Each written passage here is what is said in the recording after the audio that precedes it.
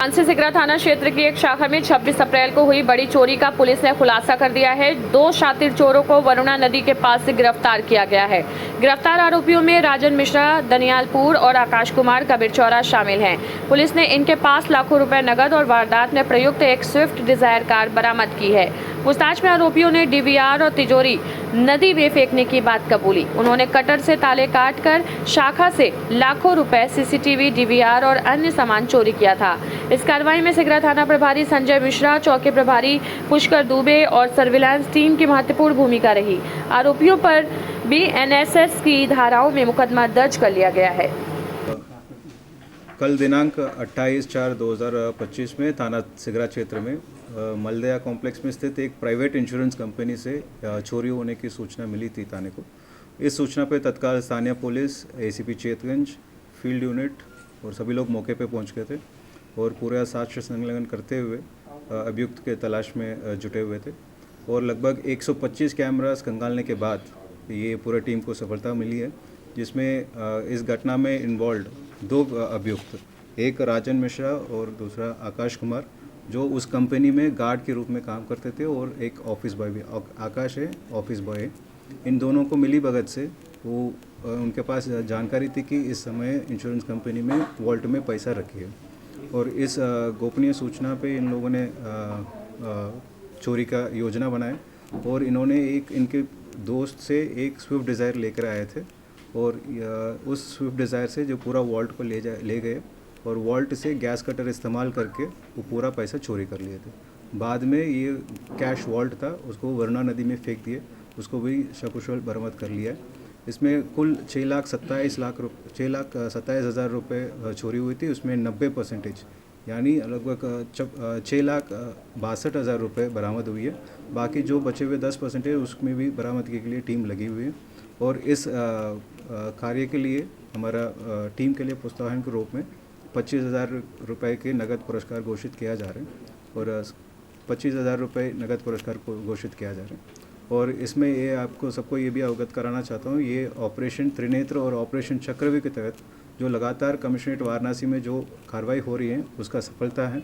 मैं सभी से सबको प्रेरित भी करना चाहता हूँ कि सभी लोग अपना अपना मकान, दुकान में ज़्यादा से ज़्यादा कैमरास लगवाना सुनिश्चित करें ताकि आपकी खुद की सुरक्षा और पुलिस में क्राइम वर्कआउट में भी हमारा काम आ जाए। लगातार इन्होंने क्या बताया कि कितने समय से काम करते थे या पहले भी इस तरह की योजना बनाए थे? ये इनका ये पर्सनल कुछ खर्चा थी, कुछ लोगों से इन्होंने पैसा लिया था, उसको वापस देने की स्थिति में नहीं था, इसलिए इन्होंने चोरी करने की योजना बनाई है वो ऑफिस बॉय के मिलके। और ये पूरा चीज़ ये लगभग पिछले 1 साल से वो वहाँ काम कर रहे थे और ये पूछताछ में ये बताया गया कि ये पहली बार हमने ऐसे काम किया। कितने कैमरे खंगाले गए होंगे, कितने दिन में वर्कआउट हुआ ये हमारा जो कमांड सेंटर कैमरास के अलावा टोटल 125 से ज़्यादा कैमरास खंगाला गए और पूरा टीम रात भर लगे हुए थे। इसमें ये पूरा टेक्निकल एविडेंसेस इकट्ठा करते हुए सबको अरेस्टिंग किया गया। सर कितने घंटे लगे बरामद करने में?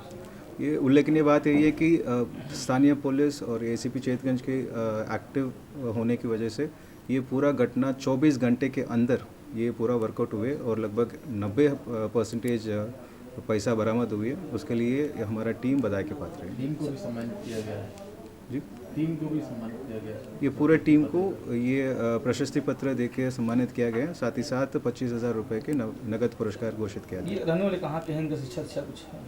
ये जो राजन मिश्रा है थाना शिवपुर का रहने वाले हैं और आकाश कुमार है थाना कोतवाली का रहने वाले हैं। इनका शिक्षा कुछ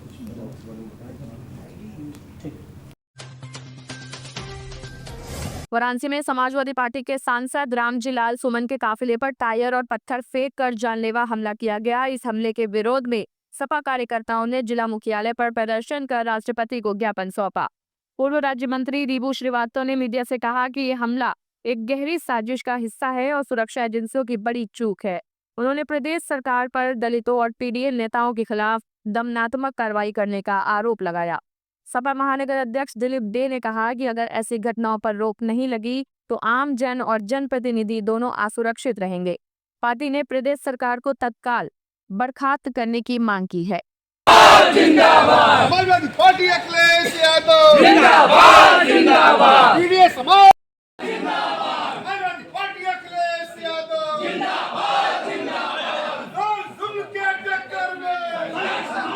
दिलीप ने समाजवादी पार्टी के बनारस का अध्यक्ष हूँ। महेंद्र यादव जी हैं। किस संदर्भ में देने आए ज्ञापन? ये ज्ञापन ये वर्तमान सरकार जितनी गुंडई पर जितनी नंगाई पर उतर आई है, ये सरकार का कोई कंट्रोल नहीं रह गया है अपने लोगों पर। लोगों को खुलेआम, चाहे वह करनी सेना के नाम पर हो, चाहे हिंदू युवा वाहिनी के नाम से हो, इनके लोग खुलेआम उपद्रव कर रहे हैं। आज ही जैसे पता लगा है बेनीपुर में कोई राजभर लड़का को मारकर फेंक दिया गया, तो ये पीडीए के लोगों के साथ अत्याचार है। रामजी लाल सुमन सांसद है, सबसे उच्च सदन के सदस्य हैं, और अगर उनके ऊपर इस तरह का टायर फेंका गया, उनके ऊपर हमला किया गया, तो निश्चित रूप से जमहूरियत इस मुल्क में बची नहीं है। जमहूरियत तभी बचती है जब उसका सरगना सही होता है। और आम आदमी का अगर कोई हम धरना प्रदर्शन देने आए हैं, हो सकता है हमारे पर मुकदमा हो जाए। भला आम का लोग आज प्रताड़ित हैं इनसे, किसी को मुकदमा हो रहा है, किसी के ऊपर फर्जी जेल भेज दिया जा रहा है। तो ये सब के विरोध में हम लोग राष्ट्रपति जी के नाम पर जिलाधिकारी के मार्फत से हम लोग मांग पत्र देने आए हैं कि इस सरकार को तत्काल बर्खास्त किया जाए। नहीं, अगर ये सरकार रह गई तो निश्चित रूप से गृह युद्ध या घर घर झगड़ा होने का, आपस में लड़ाई होने का बहुत उम्मीद हो जाएगा, अंदेशा है।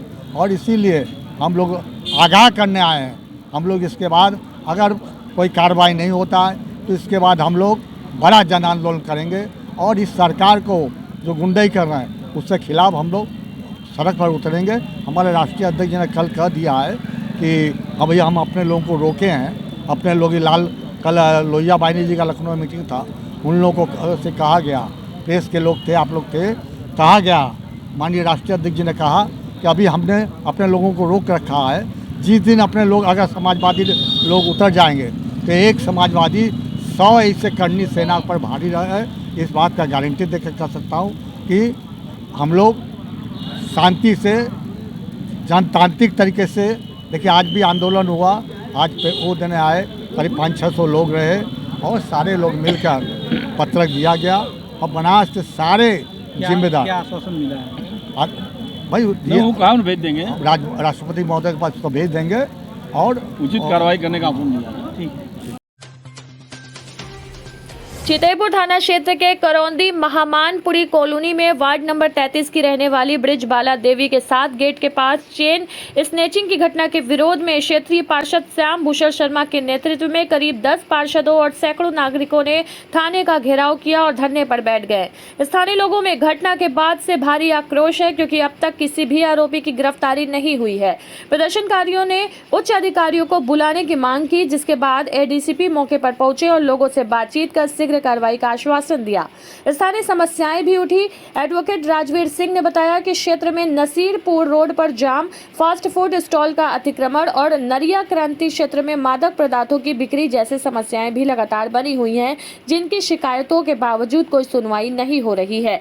एडीसीपी का आश्वासन भी मिला। एडीसीपी ने भारी भरोसा दिलाया कि अपराधियों की जल्द गिरफ्तारी की जाएगी और अन्य समस्याओं का भी समाधान शीघ्र किया जाएगा। कल दिनांक 28/4/2025 में थाना चितईपुर में एक सूचना मिली थी चेन स्नैचिंग का। इस सूचना पे तत्काल स्थानीय पुलिस और एसीपी बेनीपुर तत्काल मौके पे पहुंच के पूरा घटनास्थल का निरीक्षण किए गए और उस केस के संबंध में आज जो वादीगण की तरफ से ये डिमांड रखा गया कि ये जल्दी से जल्दी गिरफ्तार हो और सबको ये भी आश्वासित किया गया कि पूरा टीम एसओजी के साथ साथ लग के काम करा के वो जल्द शीघ्र अनावरण करने के आश्वासन दिया गया है।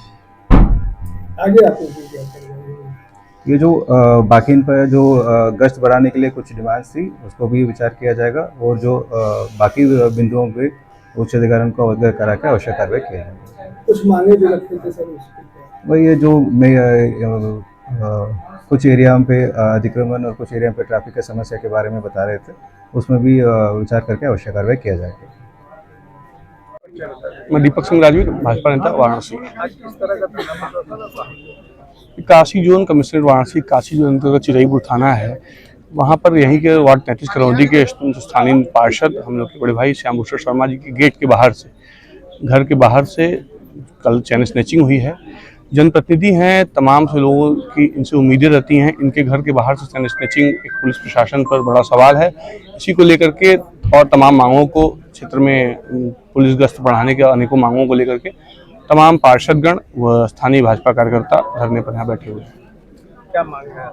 हमारी मांग यह है कि जो भी दोषी हो उसमें उनको सख्त सख्त कार्रवाई हो। जो भी पुलिसकर्मी उसमें इन्वॉल्व हैं, स्थानीय चौकी इंचार्ज व तमाम जो लोग भी हैं, बहुत लंबे समय से, बहुत लंबे अरसे से यहाँ पर बहुत से लोग पोस्टेड हैं और वो अंडर ट्रांसफर भी हैं, लेकिन रिलीफ नहीं किया जाता है। तो जीरो टॉलरेंस की नीति, हमारे महाराज जी कहते हैं जीरो टॉलरेंस की नीति है गवर्नमेंट, उसको सुचारू रूप से जमीन पर सचल रूप से चलाने की व्यवस्था की मांगों को लेकर हम लोग धरनारत हैं। पुराने लोग हैं उनको हटाया जाए। बिल्कुल बिल्कुल, जो पुराने लोग जमे हुए हैं, तो वो पुरानी कहावत है, रोटी क्यों जली, घोड़ा क्यों अड़ा, पान क्यों सड़ा, बोलो फेरे बिन। तो इन लोग को जब तक ये घूमेंगे नहीं इधर से उधर, तब तक एक जगह पे बैठेंगे। मठाधीश पुलिसकर्मी के रूप में मठाधीशी हो रही है।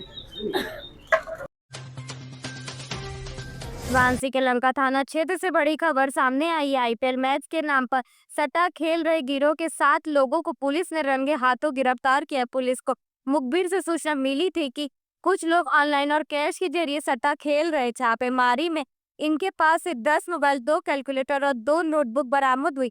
पूछताछ में आरोपी ने बताया कि वे हर्षित खान चांदनी नाम के व्यक्ति के निर्देश पर काम करते हैं और हर सट्टे पे 10% कमीशन पाते हैं। लाखों करोड़ों की सट्टेबाजी की जा चुकी है। पुलिस ने सभी आरोपियों के खिलाफ मुकदमा दर्ज कर कानूनी कार्रवाई शुरू कर दी है। ये दिनांक 28 अप्रैल 2025 को थाना लंका पर एक मुखबिरी सूचना मिली कि एक गिरोह है जो चित्रपुर थाना लंका क्षेत्र में सट्टेबाजी एवं जुआ जो है वो खिलाता है। इसी सूचना पर प्रभारी निरीक्षक लंका के नेतृत्व में एक टीम ने छापेमारी करी, जिसमें 7 अभियुक्त मौके से गिरफ्तार किए गए। इनके साथ में इनके मोबाइल फ़ोन्स और जो रिकॉर्ड बुक्स हैं जिसमें इनके ट्रांजैक्शन की डिटेल्स हैं, ये बरामद हुई हैं। इनसे पूछताछ पर ये प्रकाश में आया कि एक हर्षु नाम से एक व्यक्ति जो गदौलिया क्षेत्र के रहने वाले हैं, उनके माध्यम से इनसे जुआ सट्टा खिलाया जाता है। अब तक ये आईपीएल सीज़न में 1 करोड़ से ऊपर का सट्टा जो है वो खिलवा चुके हैं। इनका 2 तरीके से ये लोग सट्टा खिलाते हैं। एक ये पूरे मैच पर पैसा लगाते हैं, दूसरा जो है ये ओवर वाइज पैसा लगाते हैं, किस ओवर में कितने रन बनेंगे, कौन आउट होगा। ये इनके 2 तरीके हैं सट्टा लगाने के। इनको मौके से जो है गिरफ्तार किया गया टीम के द्वारा। मुकदमा सुसंगत धाराओं में पंजीकृत किया गया है एवं अग्रिम विधिक कार्रवाई की जा रही है। कितने पैसे में कुछ ट्रांजैक्शन हो पाया है? ये 1 करोड़ से ऊपर के ट्रांजैक्शन इनके रिकॉर्ड से अब तक पाए गए हैं। अब इनके अकाउंट स्टेटमेंट निकाले जाएंगे और उससे ये स्पष्ट हो जाएगा कि इन्होंने कितने जो है ट्रांजैक्शन किया है। अभियुक्त कहाँ के रहने वाले? ये पूरे बनारस क्षेत्र के रहने वाले हैं। कुछ की गदौलिया में ही दुकान है, कई थाना लंका क्षेत्र के रहने वाले हैं, विभिन्न थाना क्षेत्रों के रहने वाले ये अभियुक्त हैं। सर, ये कहा जा रहा है कि पूरे बनारस में आईपीएल सट्टेबाजी का काम चल रहा है और इसमें ये आरोप लग रहा है कि पुलिस वालों की भी संलिप्तता पाई जाती है। अगर सर पुलिस वाले इसमें मिले हुए तो क्या कार्रवाई? जिसमें यदि इस तरह की कोई भी चीज़ संज्ञान में आती है तो उनके खिलाफ जो है विभागीय कार्रवाई की जाएगी। ऐसे लोगों को विभाग में रहने का कोई अधिकार नहीं है, परंतु इसमें आप निश्चिंत रहिए कि इस तरह की कोई भी जानकारी हमें प्राप्त होती है तो उस पर तत्काल प्रभाव से कार्रवाई की जाती है। पुलिस टीम को कोई इसमें पुलिस टीम को सम्मानित एवं हौसलावर्धन के लिए रिपोर्ट प्रेषित की जा रही है। उच्च अधिकारियों के आदेश के क्रम में इसमें कार्रवाई की जाएगी। सर, ये किस माध्यम से खेलते थे? क्या कोई ऐप के माध्यम से खेलते थे या ऑफलाइन? ये ऑफलाइन सट्टा खेलते थे। ये मोबाइल के ज़रिए, फ़ोन कॉल के ज़रिए जो है पैसा लगाते थे। इसमें जो एंड यूज़र जो कि आम आदमी है, जो कोई पान की दुकान लगाता है, कोई जो है सफाई करता है, इस तरीके के कर्मी हैं जो फ़ोन के ज़रिए, फ़ोन कॉल के ज़रिए पैसा लगाते हैं और हार जीत होने के पश्चात ये ट्रांजैक्शन किया जाता है। काशी के प्राचीन तीर्थ मणिकर्णिका कुंड चक्रे पुष्करणी में मां मणिकर्णिका देवी का वार्षिक श्रृंगार 30 अप्रैल 2025 अक्षय तृतीया की रात 9 बजे संपन्न होगा। रात्रि भर भजन कीर्तन का आयोजन भी किया जाएगा। अगले दिन दोपहर 12 बजे देवी को 56 भोग अर्पित किया जाएगा और पवित्र कुंड में स्नान की परंपरा निभाई जाएगी। प्रधान पुरोहित पंडित जयेंद्र नाथ दुबे बब्बू महाराज के अनुसार शास्त्रों में इस कुंड में स्नान को अक्षय पुण्यदायक माना गया है। से बताइए। जी मैं पंडित जयंतनाथ दुबे, प्रधान पुलिस मणिकर्णिका चक्र पुष्करणी कुंड। गुरु जी किस तरह का तैयारी चल रहा है यहाँ पर? ये अक्षय तृतीया महापर्व की तैयारी है और जो हम लोग के कुल परंपरागत परिवार का ये पूजा है और जो आज सैकड़ों साल से प्राचीन ये पूजा कुल परंपरागत पूजा ये चलता चला आ रहा है। जो अक्षय तृतीया के दिन माँ मणिकर्णिका देवी का वार्षिक श्रृंगार होता है। साल में एक दिन अक्षय तृतीया के दिन काशी वासियों के दर्शन करने के लिए माँ मणिकर्णिका देवी का मूर्ति का आगमन यहाँ इस चक्र पुष्करणी कुंड पे होता है। रात भर मूर्ति यहीं रहती है और दूसरे दिन मध्याह्न में 12 से 1 के बीच में माता का 56 प्रकार का भोग लगता है। उसके बाद आरती की प्रक्रिया चालू होती है और हजारों लोग माँ का दर्शन करते हैं और कुंड में स्नान करके अक्षय पुण्य की प्राप्ति करते हैं। गुरु जी यहाँ का सुनने जाता है परंपरा जो यहाँ पे कुंड भी गिरा था क्या मांगा? ये यहाँ पे ये मणिकर्णिका नाम ही पड़ा है क्योंकि यहाँ पे भगवान शंकर और पार्वती ने इसमें प्रथम स्नान किया था। भगवान विष्णु के चक्र के द्वारा स्थापित है। 60,000 साल तक भगवान विष्णु ने एक पैर पे तपस्या किया यहाँ पे और महादेव से निवेदन किया कि आप प्रभु आप इसमें स्नान करो और ये काशी का अनादि तीर्थ हो। तो महादेव और शंकर और पार्वती ने इसमें स्नान किया और शंकर भगवान का मस्तक से कुंडल और पार्वती का मणि इसमें गिरा था। तो इसका नाम चक्र पुष्करणी मणिकर्णिका इसका नाम रखा है। गुरु जी ये लगभग इसी कितनी पुरानी परंपरा होगी? ये हम लोग की सैकड़ों साल प्राचीन परंपरा है। आज 7-8 पीढ़ी से तो 9 पीढ़ी से तो हम लोग खुद ही हैं यहाँ पे और अक्षय तृतीया के दूसरे दिन यहाँ पे स्नान करने से अक्षय पुण्य की प्राप्ति होती है जिसका कभी यहाँ पे मणिकर्णिका कुंड क्यों रखा गया था? ये मणिकर्णिका कुंड क्योंकि भगवान विष्णु के चक्र के द्वारा स्थापित है और मणिकर्णिका मीन्स होता है कुंडल।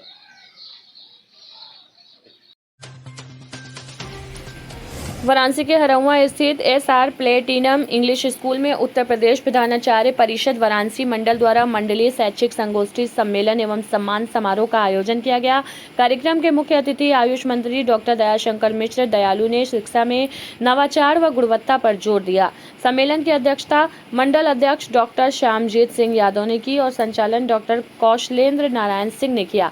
इस अवसर पर सेवानिवृत्त प्रधानाचार्यों का सम्मान भी किया गया। प्रमुख शिक्षा विदियों ने मूल्यांकन प्रणाली, परीक्षा पारदर्शिता और शैक्षिक विकास जैसे विषयों पर सारगर्भित विचार रखे। कौशलेंद्र नारायण सिंह, निदेशक SR प्लेटिनम इंग्लिश स्कूल। आज यहाँ मंडलीय शैक्षिक संगोष्ठी है। पूरे मंडल के सारे सम्मानित प्रधानाचार्य जुटे हुए हैं। क्या उद्देश्य? विशेष उद्देश्य इसमें पुराने शिक्षा के क्षेत्र में कार्य कर चुके प्रधानाचार्यगण हैं, उनका जो विकास प्राप्त किए हैं, शिक्षा क्षेत्र में अच्छा कार्य किए हैं, उनको सम्मानित किया। कुछ शिक्षकों को सम्मानित भी किया गया। ऐसे सभी प्रधानाचार्यों को सम्मानित किया गया। वाराणसी, भदोही, गाजीपुर, जौनपुर जैसी जनपदों मुख्य अतिथि में कौन आए हुए थे? मुख्य अतिथि डॉक्टर विनोद कुमार राय, अपर सचिव, दयालु जी। क्या कहेंगे ऐसे जो प्रोग्राम किया जाए शिक्षकों के लिए?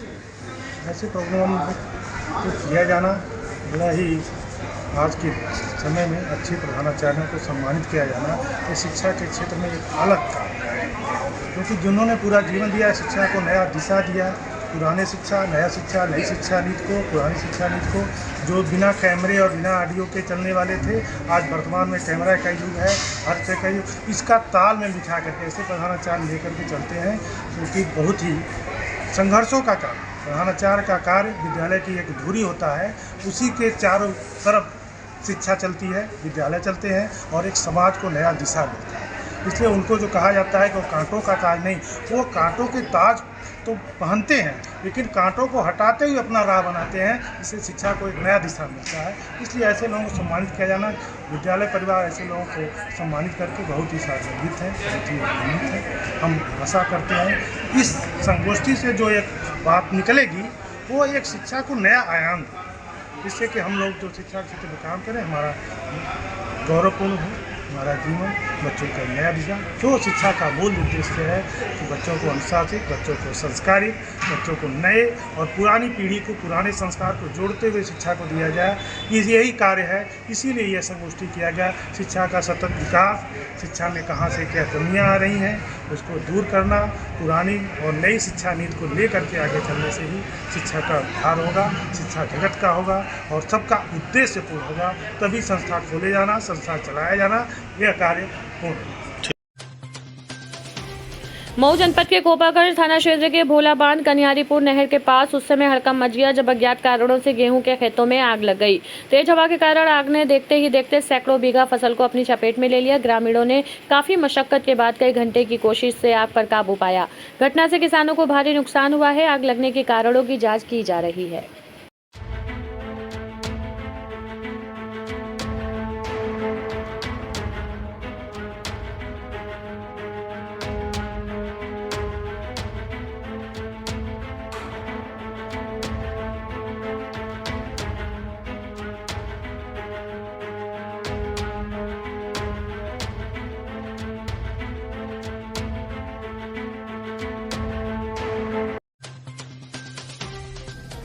झांसी के मछोदरी स्थित स्वामी नारायण मंदिर के महंत स्वामी प्रेम स्वरूप दास जी के आह्वान पर जल संरक्षण के लिए जन जागरूकता अभियान चलाया गया। भैरवनाथ स्थित श्री वल्लभ विद्यापीठ बालिका इंटर कॉलेज की छात्राओं को सुबह बनारस क्लब के बैनर तले जल बचाने की शपथ दिलाई गई। इस अवसर पर संस्था अध्यक्ष मुकेश जायसवाल, लक्ष्मी नर्सिंग कॉलेज के निदेशक डॉक्टर अशोक कुमार राय, प्रधानाचार्य डॉक्टर मुक्ता पांडे समेत अन्य गणमान्य मौजूद रहे। वक्ताओं ने गिरते भूजल स्तर पर चिंता जताते हुए वर्षा जल संचयन व जल के सदुपयोग पर जोर दिया। बच्चों ने ये आज शपथ लिया है, हम अपना शपथ पूरी करेंगे। ठीक है। आज श्री वल्लभ विद्यापीठ बालिका इंटर कॉलेज में सुबह बनारस क्लब के सम्मिलित तत्वाधान के अंतर्गत जल संरक्षण की बच्चों को शपथ दिलाई गई और जो जल का निरंतर दुरुपयोग हो रहा है या जल के लीकेज से हम बहुत सारा पानी बर्बाद कर दे रहे हैं, उसके प्रति बच्चों को जागरूक किया गया।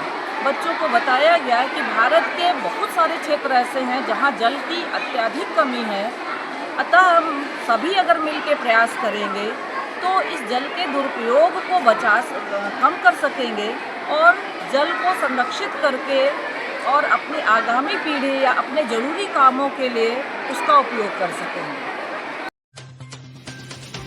अक्षय तृतीया की पूर्व संध्या पर संदीप शर्मा फाउंडेशन द्वारा सुप्रसिद्ध एक्स्ट्रो वास्तु आचार्य प्रीति सहगल की पुस्तक प्रारब्ध का विशेष मीडिया विमोचन किया गया। ये कृति 2025 के प्रमुख ग्रह गोचरों बृहस्पति, शनि, राहु और केतु के आध्यात्मिक प्रभाव पर आधारित है। पुस्तक का विमोचन इजी दर्शन की सीईओ प्रीति सत्यनारायण व टेम्पल टूर्स के दर्शना शास्त्री ने किया।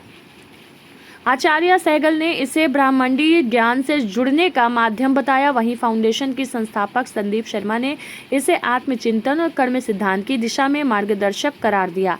कार्यक्रम में कई गणमान्य व मीडिया प्रतिनिधि उपस्थित रहे। पुस्तक का विमोचन हुआ, प्रीति जी ने लिखा है उसको और संदीप शर्मा फाउंडेशन की तरफ से इस पुस्तक के लेखन का काम कराया गया है। इसमें प्रारब्ध उस पुस्तक का नाम है। कैसा विषय है प्रारब्ध कि इंसान के जीवन में ग्रह नक्षत्रों से उसका जीवन तय होता है। काल और परिस्थितियों का इंसान दास होता है। कहते हैं ना कि हर आदमी अपनी किस्मत को जानना चाहता है, अपने भाग्य को जानना चाहता है।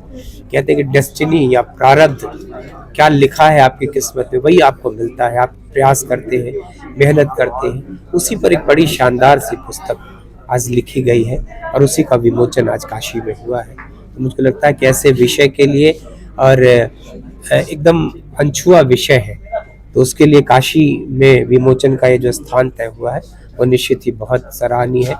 तो संस्था को और लेखिका को दोनों को बहुत बधाई।